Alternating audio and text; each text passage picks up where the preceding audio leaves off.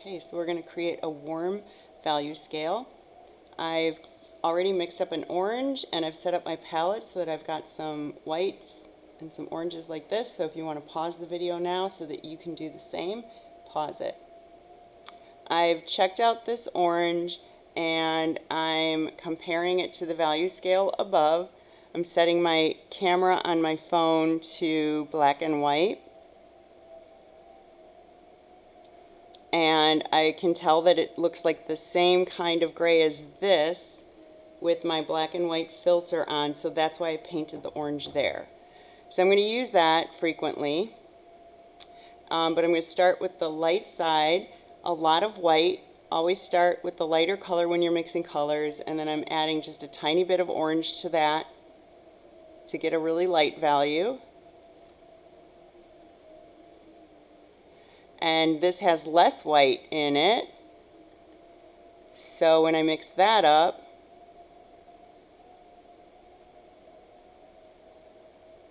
I can use less white plus a little bit more orange so that it's a darker tint. Anytime you are lightening up a color, it's called a tint. And when you are darkening up a color, it's called a shade. At any point here that I'm going to quickly for you, you can pause the video.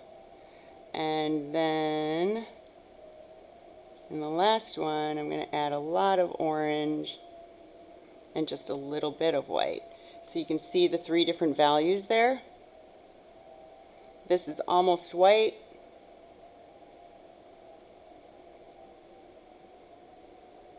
And then I'm going to rinse out the brush because it's got a lot of white in it. And then dry it so that it doesn't have too much water.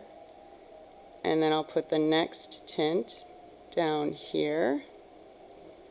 Rinse the brush. Dry it out. And then this tint will go here. White is really opaque, and so when I'm painting it on this surface, it's covering up the white of the canvas underneath. But this orange, you can see how it looks kind of like uneven. That's because the paint is a little bit transparent. So to get it a good even color, I'm going to add another coat on top of it so you don't see any of the brush marks. And that's going to give me a more solid orange. Now down here when I'm mixing the shades, you want to make sure that all the white is off of your palette knife. I'm going to mix just a tiny bit of black into this one. Oranges and yellows, when you mix black into them, they tend to look either green or brown. So if that's what it's looking like for you, don't worry, you're not doing it wrong. And then I'll get some more black for this one. I went way too dark with that. So let me move my palette knife over here for more of the medium-ish brown shade, rather. So that one, I believe, will go here.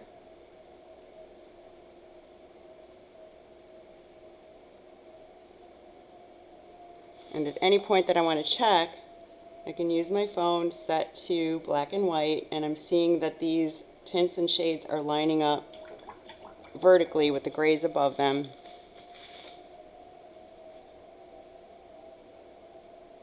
And you can see the brush strokes are kind of like showing through here, so later on when this is dry, I will put another coat on top of it so it looks more solid. And then this one is almost black on the end. And there you have it.